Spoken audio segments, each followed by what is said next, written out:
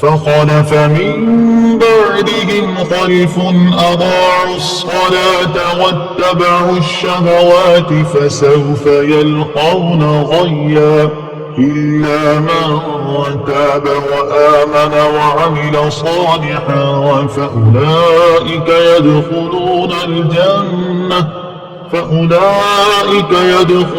الجنة ولا يظلمون شيئا۔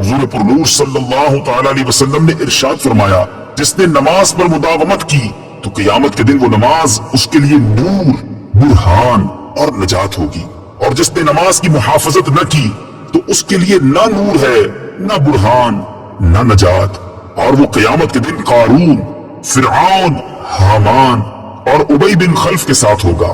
حضرت ابو سعید خدری رضی اللہ تعالی عنہ سے روایت ہے، حضور اقدس صلی اللہ تعالی علیہ وسلم نے ارشاد فرمایا جس نے جان بوجھ کر نماز چھوڑی تو جہنم کے اس دروازے پر اس کا نام لکھ دیا جاتا ہے جس سے وہ داخل ہوگا۔ وَمِمَّا رَزَقْنَاهُمْ يُنْفِقُونَ، اور ہمارے دیے ہوئے رزق میں سے کچھ ہماری راہ میں خرچ کرتے ہیں۔ تفسیر صراط الجنان میں ہے، آیت کے اس حصے میں متقی لوگوں کا تیسرا وصف بیان کیا گیا کہ وہ اللہ تعالیٰ کے دیے ہوئے رزق میں کچھ اللہ تعالیٰ کی راہ میں خرچ کرتے ہیں۔ راہ خدا میں خرچ کرنے سے یا زکوٰۃ مراد ہے، جیسے کئی جگہوں پر نماز کے ساتھ زکوٰۃ ہی کا تذکرہ ہے، یا اس سے مراد تمام قسم کے صدقات ہیں جیسے غریبوں، مسکینوں، یتیموں، طلباء، علماء اور مساجد و مدارس وغیرہ کو دینا، نیز اولیاء کرام یا فوت شدگان کے ایصال ثواب کے لیے جو خرچ کیا جاتا ہے وہ بھی اس میں داخل ہے کہ وہ سب صدقات نافلہ ہیں۔ مال خرچ کرنے میں میانہ روی سے کام لیا جائے۔ آیت میں فرمایا گیا کہ جو ہمارے دیے ہوئے میں سے کچھ ہماری راہ میں خرچ کرتے ہیں، اس سے معلوم ہوا کہ راہ خدا میں مال خرچ کرنے میں ایسا نہیں ہونا چاہیے کہ اتنا زیادہ مال خرچ کر دیا جائے کہ خرچ کرنے کے بعد آدمی پچھتائے، اور نہ ہی خرچ کرنے میں کنجوسی سے کام لیا جائے، بلکہ اس میں اعتدال ہونا چاہیے۔ اس چیز کی تعلیم دیتے ہوئے ایک اور مقام پر اللہ تبارک و تعالی ارشاد فرماتا ہے، ولا تجعل يدك مغلولة إلى عنقك ولا تبسطها كل البسط فتقعد ملوما محسورا۔ ترجمہ، اور اپنا ہاتھ اپنی گردن سے بندھا ہوا نہ رکھو اور نہ پورا کھول دو کہ پھر ملامت میں، حسرت میں بیٹھے رہ جاؤ۔ اور کامل ایمان والوں کا وصف بیان کرتے ہوئے ارشاد فرمایا، والذين إذا أنفقوا لم يسرفوا ولم يقتروا وكان بين ذلك قواما۔ ترجمہ، اور وہ لوگ کہ جب خرچ کرتے ہیں تو نہ حد سے بڑھتے ہیں اور نہ تنگی کرتے ہیں، اور ان دونوں کے درمیان اعتدال سے رہتے ہیں۔ والذين يؤمنون بما أنزل إليك وما أنزل من قبلك وبالآخرة هم يوقنون۔ ترجمہ، اور وہ ایمان لاتے ہیں اس پر جو تمہاری طرف نازل کیا اور جو تم سے پہلے نازل کیا گیا، اور وہ آخرت پر یقین رکھتے ہیں۔ والذین یؤمنون بما انزل الیک، اور وہ ایمان لاتے ہیں اس پر جو تمہاری طرف نازل کیا۔ تفسیر صراط الجنان میں ہے، اس آیت میں اہل کتاب کے وہ مومنین مراد ہیں جو اپنی کتاب پر اور تمام پچھلی آسمانی کتابوں پر اور انبیاء علیہ السلام پر نازل ہونے والی وحیوں پر ایمان لائے اور قرآن پاک پر بھی ایمان لائے۔ اس آیت میں ما انزل الیک سے تمام قرآن پاک اور پوری شریعت مراد ہے۔ اللہ تعالیٰ کی کتابوں وغیرہ پر ایمان لانے کا شرعی حکم یاد رکھیں کہ جس طرح قرآن پاک پر ایمان لانا ہر مکلف پر فرض ہے، اسی طرح پہلی کتابوں پر ایمان لانا بھی ضروری ہے جو گزشتہ انبیاء کرام علیہ السلام پر نازل ہوئی۔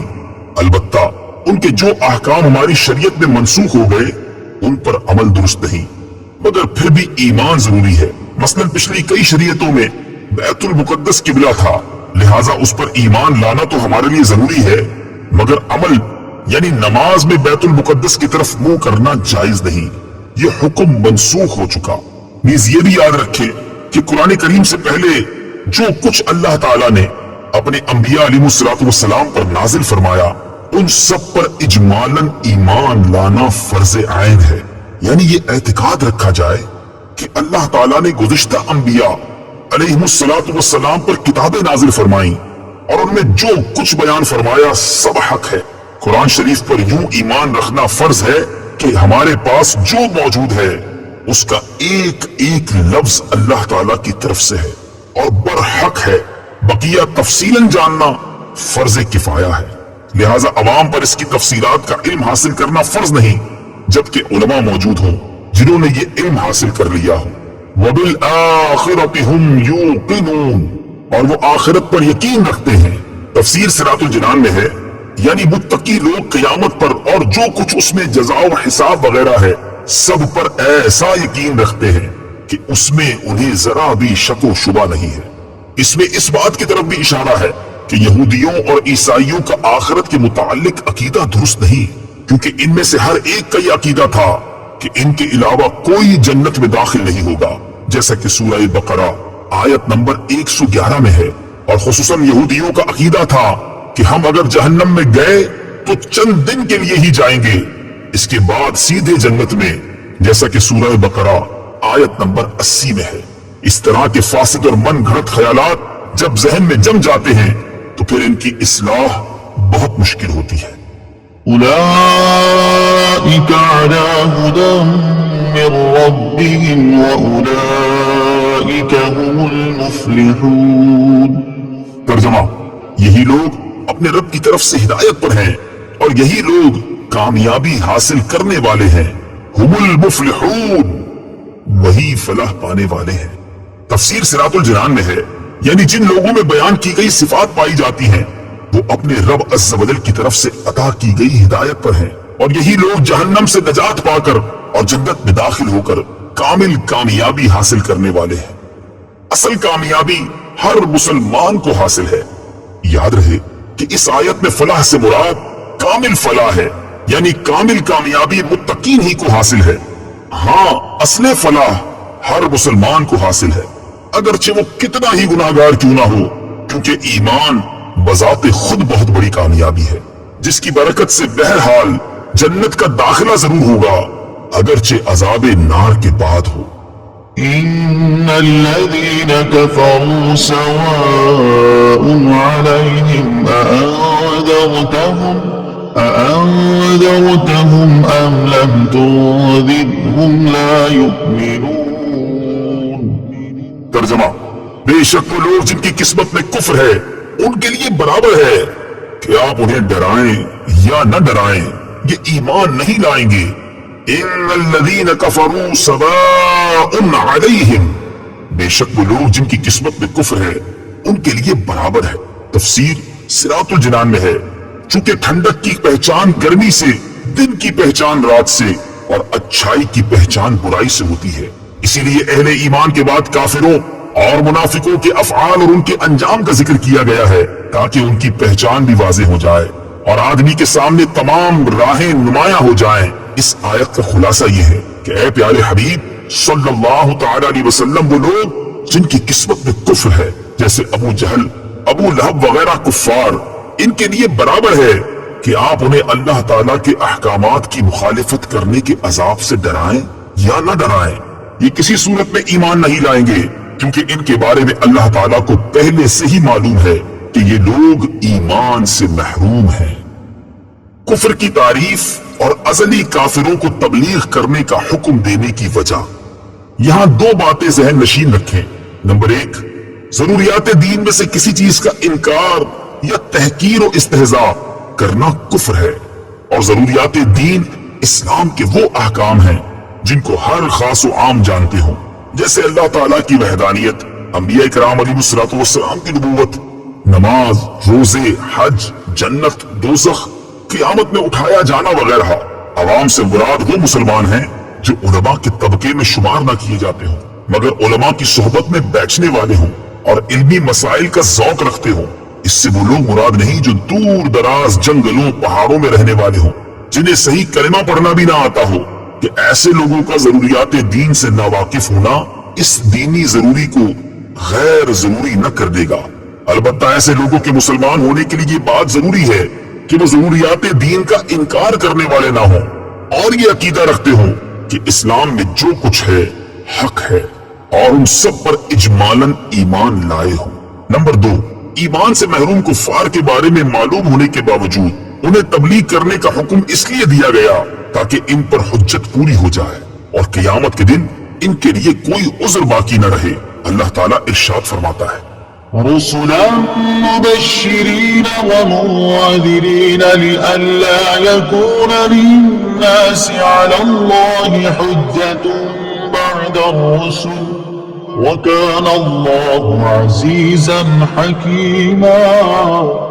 ترجمہ: ہم نے رسول خوشخبری دیتے اور ڈر سناتے بھیجے تاکہ رسولوں کو بھیجنے کے بعد اللہ کے یہاں لوگوں کے لیے کوئی عذر باقی نہ رہے، اور اللہ زبردست ہے، حکمت والا ہے. اور ارشاد فرمایا: ولو أنا أهلكناهم بعذاب من قبله لقالوا ربنا لولا أرسلت إلينا رسولا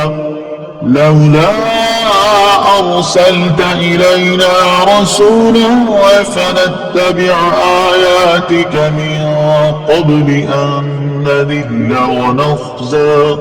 ترجمہ: اور اگر ہم انہیں رسول کے آنے سے پہلے کسی عذاب سے ہلاک کر دیتے تو ضرور کہتے: اے ہمارے رب، تو نے ہماری طرف کوئی رسول کیوں نہ بھیجا کہ ہم ذلیل و رسوا ہونے سے پہلے تیری آیتوں کی پیروی کرتے. نیز انہیں تبلیغ کرنے سے ایک فائدہ یہ بھی حاصل ہوا کہ وہ اگرچہ ایمان نہیں لائے لیکن حضور پر نور صلی اللہ تعالیٰ علیہ وسلم کو انہیں تبلیغ کرنے کا ثواب ضرور ملے گا. اور یہ بات ہر مبلغ کو پیش نظر رکھنی چاہیے کہ اس کا کام تبلیغ کرنا اور رضائے الہی پانا ہے، لوگوں کو سیدھی راہ پر لا کر ہی چھوڑنا نہیں. لہذا مبلغ نیکی کی دعوت دیتا رہے اور نتائج اللہ تعالیٰ کے حوالے کر دے، اور لوگوں کے نیکی کی دعوت قبول نہ کرنے سے مایوس ہونے کی بجائے اس ثواب پر نظر رکھے جو نیکی کی دعوت دینے کی صورت میں اسے آخرت میں ملنے والا ہے. ختم الله على قلوبهم وعلى سمعهم وعلى أبصارهم غشاوة وَلَهُمْ عَذَابٌ عَظِيمٌ. ترجمہ: اللہ نے ان کے دلوں پر اور ان کے کانوں پر مہر لگا دی ہے اور ان کی آنکھوں پر پردہ پڑا ہوا ہے اور ان کے لیے بہت بڑا عذاب ہے. ختم اللہ، اللہ نے مہر لگا دی. تفسیر صراط الجنان میں ہے، ارشاد فرمایا کہ ان کافروں کا ایمان سے محروم رہنے کا سبب یہ ہے کہ اللہ تعالیٰ نے ان کے دلوں اور کانوں پر مہر لگا دی ہے جس کی بنا پر یہ حق سمجھ سکتے ہیں، نہ حق سن سکتے ہیں اور نہ ہی اس سے نفع اٹھا سکتے ہیں، اور ان کی آنکھوں پر پردہ پڑا ہوا ہے جس کی وجہ سے یہ اللہ تعالیٰ کی آیات اور اس کی وحدانیت کے دلائل دیکھ نہیں سکتے، اور ان کے لیے آخرت میں بہت بڑا عذاب ہے. بعض کافر ایمان سے محروم کیوں رہے؟ یہاں یہ بات یاد رکھیں کہ جو کافر ایمان سے محروم رہے ان پر ہدایت کی راہیں شروع سے بند نہ تھی، ورنہ تو وہ اس بات کا بہانہ بنا سکتے تھے، بلکہ اصل یہ ہے کہ ان کے کفر و عناد، سرکشی و بے دینی، حق کی مخالفت اور انبیاء کرام علیہ السلام سے عداوت کے انجام کے طور پر ان کے دلوں اور کانوں پر مہر لگی اور آنکھوں پر پردے پڑ گئے.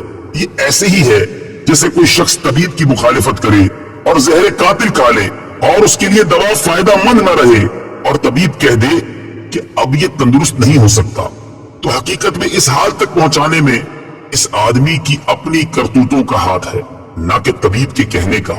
لہٰذا وہ خود ہی ملامت کا مستحق ہے، طبیب پر اعتراض نہیں کر سکتا. وَمِنَ النَّاسِ مَن يَقُولُ آمَنَّا بِاللَّهِ وَبِالْيَوْمِ الْآخِرِ وَمَا هُمْ بِمُؤْمِنِينَ. ترجمہ: اور کچھ لوگ کہتے ہیں کہ ہم اللہ پر اور آخرت کے دن پر ایمان لے آئے ہیں، حالانکہ وہ ایمان والے نہیں ہیں. وَمِنَ النَّاسِ مَن يَقُولُ، اور کچھ لوگ کہتے ہیں. تفسیر صراط الجنان میں ہے، اس سے پہلی آیات میں مخلص ایمان والوں کا ذکر کیا گیا جن کا ظاہر و باطن درست اور سلامت تھا.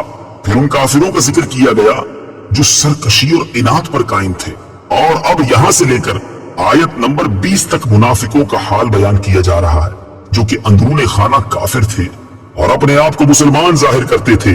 اس آیت کا خلاصہ یہ ہے، کچھ لوگ اپنی زبانوں سے اس طرح کہتے ہیں کہ ہم اللہ تعالیٰ پر اور آخرت کے دن پر ایمان لے آئے ہیں، حالانکہ وہ ایمان لانے والے نہیں ہیں، کیونکہ ان کا ظاہر ان کے باطن کے خلاف ہے، بلکہ حقیقت یہ ہے کہ وہ منافق ہیں. اس آیت سے چند باتیں معلوم ہوئی. نمبر 1، جب تک دل میں تصدیق نہ ہو